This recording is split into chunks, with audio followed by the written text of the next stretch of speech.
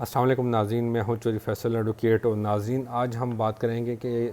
Duties of magistrate on stage of remand, کہ جب کسی بھی ملزم کو جو انہوں نے کسی بھی ایف آئی آر میں پکڑا ہے اور جب وہ میجسٹریٹ کے پاس پیش کریں ریمانڈ کے لیے، چاہے وہ ریمانڈ جسمانی ریمانڈ کے لیے وہ درخواست کریں یا جوڈیشل ریمانڈ کے لیے کریں، تو ان کی میجسٹریٹ کی کیا ڈیوٹیز ہیں، کیا ایس او پیز ہیں، کیا رول ریگولیشنز ہیں جو کہ میجسٹریٹ کو فلفل کرنا چاہیے. اور اگر آپ اور یہ بہت کچھ موسٹ امپورٹنٹ پوائنٹس ہیں، اور اگر آپ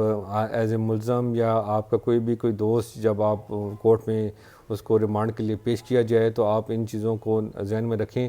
کہ اگر ان میں سے کوئی بھی چیز وہ فل نہیں کر رہے تو آپ ان کو وہ پوائنٹ آؤٹ کر سکتے ہیں اور آپ پراپر لا کے تحت آپ اس سے فائدہ اٹھا سکتے ہیں. سب سے پہلا پوائنٹ تو ایک یہ ہے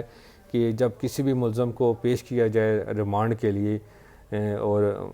اس میں یہ ہے کہ جج صاحب جو ہیں وہ سب سے پہلے ملزم سے کہیں کہ آپ انڈر آرٹیکل، ہمارا جو کانسٹیٹیوشن آف پاکستان کا آرٹیکل 10A ہے کانسٹیٹیوشن آف پاکستان کا، وہ یہ کہتا ہے کہ رائٹ ٹو فیئر ٹرائل. اور رائٹ ٹو فیئر ٹرائل میں ایک اس کا جو بیسک جو رائٹ ہے وہ رائٹ ٹو کاؤنسل انگیجمنٹ، یعنی کہ وہ ان کو کہیں کہ اگر آپ اس حوالے سے ریمانڈ کے حوالے سے کوئی کسی کونسل کو انگیج کرنا چاہتے ہیں تو آپ کے پاس رائٹ ہے اور آپ ان کو انگیج کر لیں، تاکہ آپ کے جو ایز پر لاز جو آپ کی جو فیورز میں جو بھی پوائنٹس ہیں، جو بھی آپ آبجیکشنز اس ریمانڈ کے اوپر آپ اپنا کرنا چاہتے ہیں، ریز کرنا چاہتے ہیں، تو آپ کا جو کونسل ہے وہ ایز پر لا وہ پراپر طریقے سے وہ مینشن کرے اور وہ پوائنٹ آؤٹ کرے تاکہ وہ. تو اس میں سب سے پہلا تو ایک یہ ہے کہ جو جوڈیشل ریمانڈ ہیں،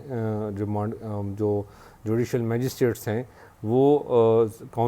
جو ایکیوزڈ ہیں ان کو کونسل اپوائنٹ کرنے کے لیے ٹائم دیں، تاکہ جو پراپر جو آبجیکشنز ہیں وہ پوائنٹ آؤٹ کر سکیں ان کے جو کونسل ہیں ایز پر لا. دوسرا یہ آپ وہ ویریفائی کریں کہ ڈیورنگ دی فزیکل ریمانڈ آیا ان کے اوپر کوئی جسمانی تشدد تو نہیں ہوا. نارملی جو یہاں کے ہمارا جو کلچر ہے یہاں کا پاکستان میں یا ہمارے جو بھی ایشیا میں، جو انڈیا یا جو دوسری جو کنٹریز ہیں، وہاں پہ یہ سمجھا جاتا ہے کہ جسمانی ریمانڈ کو چھترول سمجھا جاتا ہے، کیونکہ جسمانی ریمانڈ کا ہرگز یہ مطلب نہیں ہوتا کہ آپ اس سے جو انویسٹیگیشن کر رہے ہیں کہ اگر وہ آپ سے وہ تعاون نہیں کر رہا تو آپ اس کے اوپر مار پٹائی کریں اور اس سے زبردستی اس سے اسٹیٹمنٹ لیں. تو جسمانی ریمانڈ کا مقصد یہ ہوتا ہے کہ آپ اس سے ایز اے سائنٹیفک طریقے سے آپ انویسٹیگیشن کریں، اور اس کی جو آپ کو جو انفارمیشن چاہیے، جو آپ کو انویسٹیگیشن کے دوران جو آپ کے جو پولیس کو جو بھی انفارمیشن چاہیے وہ آپ سائنٹیفک طریقے سے کلیکٹ کریں، نہ کہ آپ مار کٹائی کر کے اس کے اوپر تشدد کریں. اور جو ہے نا وہ اگر تو اس طرح کا کوئی واقعہ کسی کے ساتھ پیش آتا ہے تو وہ میجسٹریٹ کی ڈیوٹیز میں ہے کہ وہ شور کریں کہ ان کے ڈیورنگ دی جسمانی ریمانڈ ان کے اوپر کسی قسم کا تشدد نہیں ہوا. تو اگر کوئی بھی پولیس آفیسر یا پولیس والا کسی بھی ملزم کے اوپر تشدد کرتا ہے اپنی کسٹڈی کے دوران، تو وہ ملزم یا ملزم کا جو وکیل ہے وہ اس کو ہائی لائٹ کر کے وہ ایک میڈیکل بورڈ کنسٹیٹیوٹ کرے اور وہ اس کا میڈیکل معائنے کے لیے ڈائریکشن دے سکتا ہے. اور اگر وہاں پہ میڈیکل میں وہ اس کا آ جاتا ہے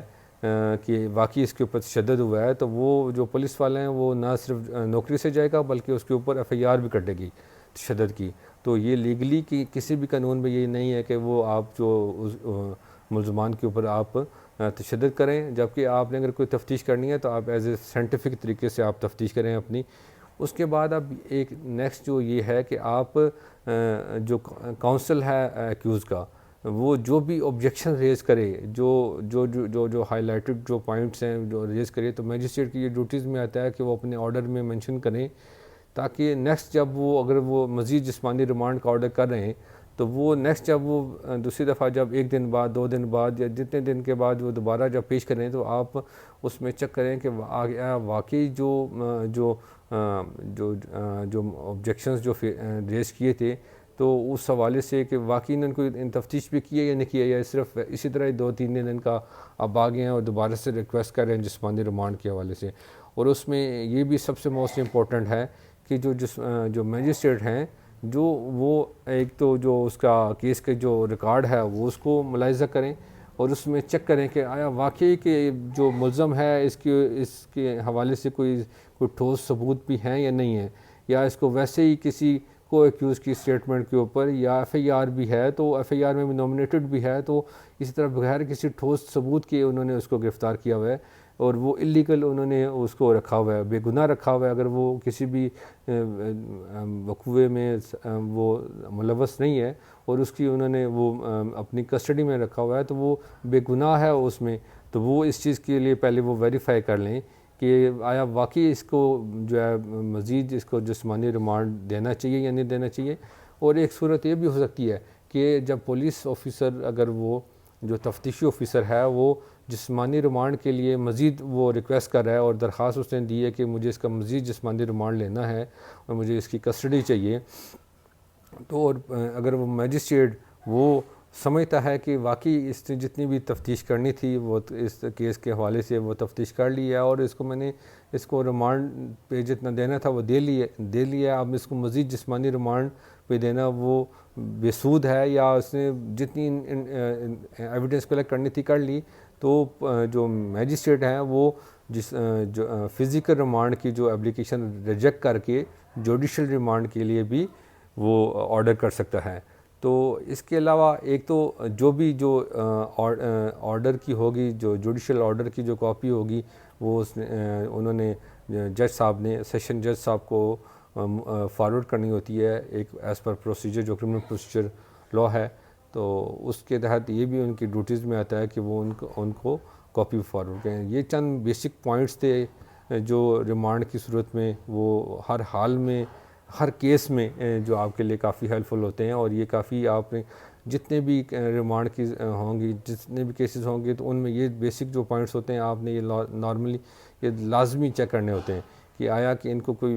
میجسٹریٹ یا کوئی دوسری سائڈ سے جو کونسل ہیں یا ان کو فل کیا جا رہا ہے، ان کو فالو اپ کیا جا رہا ہے یا نہیں کیا جا رہا۔ تو میں امید کرتا ہوں کہ آپ کے لیے کافی ہیلپ فل ہوئے ہوں گے اور انشاءاللہ آپ کے لیے کافی انفارمیٹیو ہوگی یہ ویڈیو۔ اگر آپ کو یہ ویڈیو پسند آئی تو آپ اپنے دوستوں کو، اپنی کمیونٹی کے دوستوں کو، اپنے کولیگ کو فارورڈ کر سکتے ہیں تاکہ وہ بھی اس سے مستفید ہو سکیں، اور انشاءاللہ اپنے نیکسٹ کسی نئے موضوع کے ساتھ آپ کی خدمت میں حاضر ہوں گے۔ اللہ حافظ، تھینک یو سو مچ۔